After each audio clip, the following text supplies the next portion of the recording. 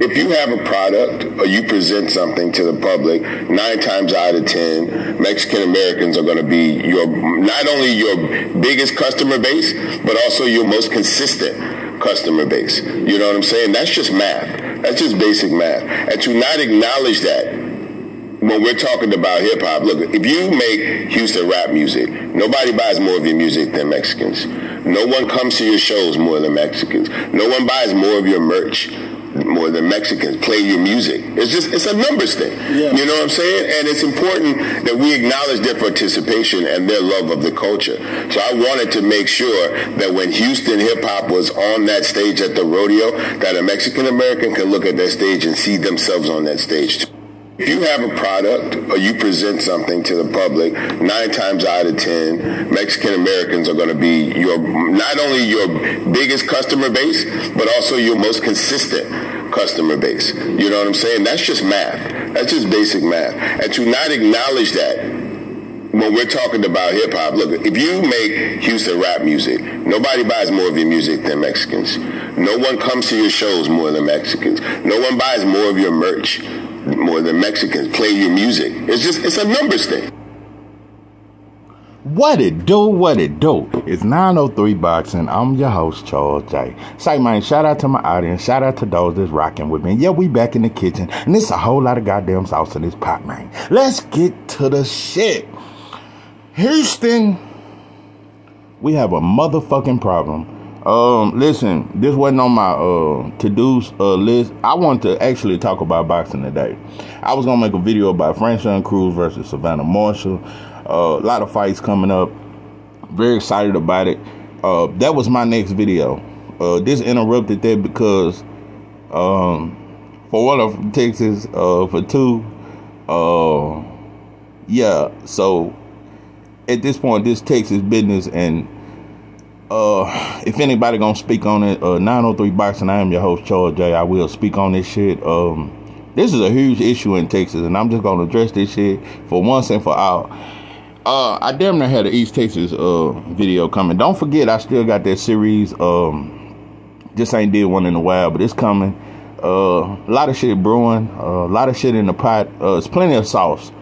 This sauce will forever remain. Listen. Bun, we got a problem, bro. Listen, I'm gonna say this: the same problem I got with you is the same problem I had with Shakur. But actually, Shakur had more of a right than what you doing. Ain't your father with no Mexican? You ain't got no Mexicans in your black dust. Ain't no Mexicans in your family, bro.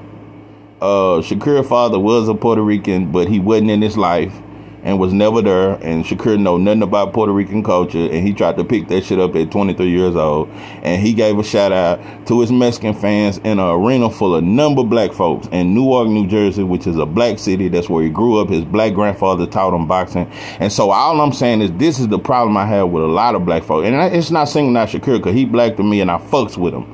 And I think he one of the best boxers in the game. But don't get it twisted. This is our problem, bro. We always want to shout out somebody else, but we never shout out our own. How many black fighters in boxing, when they win, say, hey, man, thank you to my black fans for coming. This one for y'all. No. We don't never. We ashamed. We ashamed. Rappers don't think they black fans. We don't do no shit like that. In no sport do the black athletes say thank you to my black fans. In no sport. In no genre, we don't never thank the ones who really spend with us and built us from the ground up. So that's a problem I have. Also, Bun B at this point, bro, you just Hollywood. I knew that shit when Pimp got out, bro. You was scared of Pimp.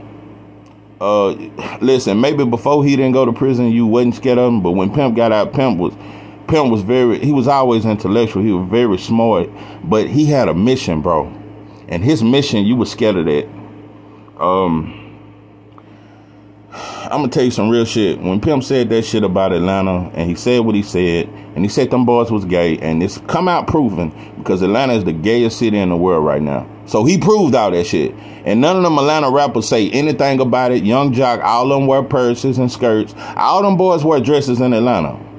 And the ones that don't wear dresses, they still uphold it, so you might as well wear a dress. Atlanta is the gayest city in America, and I don't trust no rapper, but I damn sure don't trust one from Atlanta. I'm just gonna say that. It's just too many goddamn transgenders out there. It's just too much shit. And you can't be gangster living in Atlanta at this point. It's too many goddamn trans. They running shit out there. You can't be too goddamn gangster in Atlanta at this point. So I just thought I'd throw that out there. But Pimp C exposed it. And Bun never spoke on it. Jay Prince never spoke on it. They never spoke on it because they knew what was going on, but they were scared to talk about it. They were scared to talk about it. And Jay Prince from the 80s, he old school, so he showing with that shit that was going on in Atlanta, but nobody was bold enough to speak about it but Pimp. Nobody was bold. You ain't gonna hear none of these rappers talk about Saucy Santana or none of that. But anyway, that's a whole nother story. But what I'm saying is, Bun B, you was never nothing. You wasn't nothing like Pimp, bro. Hollywood changed you. The industry changed you. You always wanted to be industry. That's why you started doing songs with all kind of New York rappers. I think you moved to Atlanta because Tip one of your best friends and you fuck with him and they do weird shit. Him and Tiny do weird shit. So, and they have parties and they let their kids come. It's a lot of shit, bro. Atlanta is the black gay Hollywood of America. That is the party town, all that shit. But anyway, you was never nothing like Pimp, bro. And I can't expect you to be like Pimp, but Pimp was solid, bro. I already know you didn't hold him down like that, and I knew it was just a lot of shit you didn't keep it real on. But I just thought it was a certain blackness to you, bro, that you always seemed like you was for your people, bro. You just always kind of had that persona that you care about the struggle and all that shit we going through in the ghettos. But, bro, you just did some monkey shit, and I'm just going to say this. And also, I want to clear up some shit. This is why you are such a contradiction to life. Bro, you gave a shout out to Mexicans. Let me tell you something about Texas Mexicans, bro. I don't give a fuck if you go East Texas, Dallas, Houston, or even go to Cali. Mexicans anywhere, but especially in Texas, because I can speak on that. But I can speak on all of them. I know them California Mexicans be racist. Them motherfuckers don't fuck with. They be beating the shit out you, Crippin' Bloods in Cali. You motherfuckers don't even step on they blocks and shit. And y'all be right around the corner and shit, throwing up them goddamn flags and shit. But you motherfuckers scared to go around the corner where the Mexicans at. Mexicans run L.A. Make no mistake about it. The Crips and the Bloods do not run L.A. Mexicans run California, in my opinion. So, and they damn near run Texas. Listen. Nah, I ain't gonna say that shit. They in the ghettos they do. The ghetto version of Texas and California they run, but they don't run shit. The white boy run it. So that's why the white boy say don't mess with Texas. But I just want to point this out. We just gonna be honest, bro. Listen, it's every now and then you get a couple Mexicans that branch out and fuck with us. But for the most part, bro, Mexicans in America don't fuck with us. They don't fuck with us, bro. Don't even act like. Let me tell you something, bro. I've been to several black businesses. I worked at black businesses. You will rarely get Mexican customers, bro. They don't spend with us. They spend with their own. So that was a lie what you said. It's a lot of shit, bro. Mexicans do like most others. They take from our culture, but they never proudly claim it. They never proudly. I don't give a fuck what you say, bro. No matter how many goddamn taco trucks you come in our community, no matter how many times our business closed down and y'all go get it the next day and you was waiting on the motherfucker to close down because you seen the business slow down. So you gathered up your homies and you couldn't wait for that business to slow down. You was in the white boy office begging and pleading and being nice and smiling from ear to ear and listening to the white boy and he give you the building. And next thing you know, you got taco trucks and you got all these stoves. And most of the time, see, it's the other way around. Black folks always spend with Mexicans. No, it ain't a taco shop in Texas that don't get black business. Nah, but you go to these ain't our rings, ain't no Mexicans in there, bro. It's just black folks. Ain't no Mexicans in ain't our rings.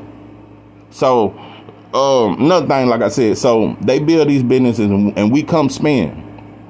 I ain't never in my life. Matter of fact, I saw it one time and he speaks Spanish. And that brother, matter of fact, he ain't black, he a Latino.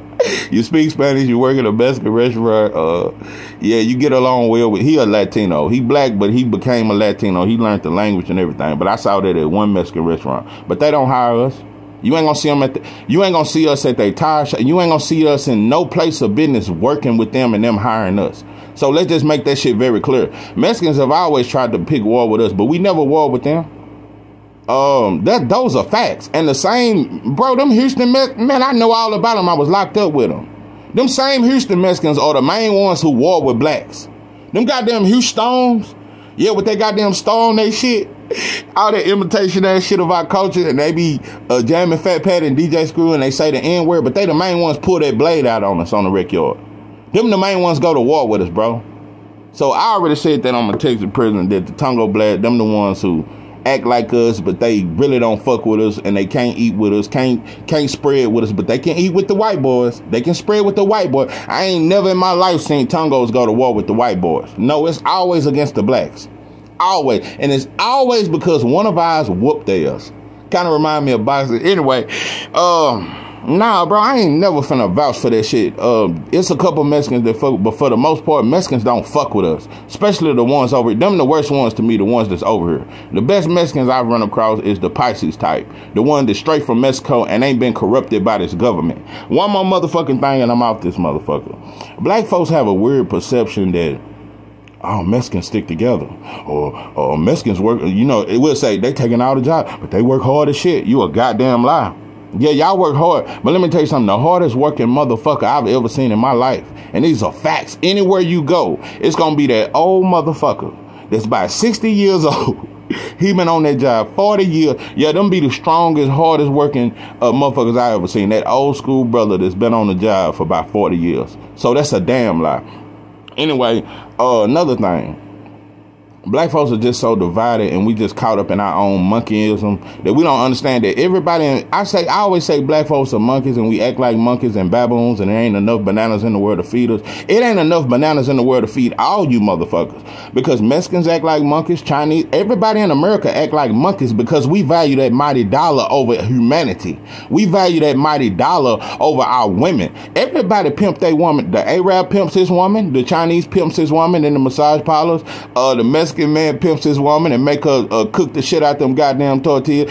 All that in that barbacoa. It's a lot of shit. We all pimp our women and mistreat them. And all of us slap the shit out of our women. I'm not saying as a whole. Not all black men, not all Chinese. But we all abuse our women. We all don't treat our kids right. We all care about money more than anything. So we all are corrupt in this country. So I don't value no race over the other one. I don't think nobody's more united or none of that shit, because we all divided. It's just the fact that black men at this point, we just at this point we just lust for a kill within each other. So that's our own struggle. It ain't nobody else's business. But like I said, Bun B, all the OGs are just changing, bro. Money and time have just made you motherfuckers softer. Like I said, bro, Jay Prince, none of y'all, bro, y'all don't never speak up for black folks. You just don't, bro. Y'all speak this gangster shit, but y'all motherfuckers never want to stand and be united as black men. But you always want to shout out somebody else. So, like I said, bro, Mexicans call us the N-word too, just like the white boy do. So, we all just some racial motherfuckers in this racial ass country. So, yeah, this is 903 Boxing. I am your host, George J. With that, I'm out.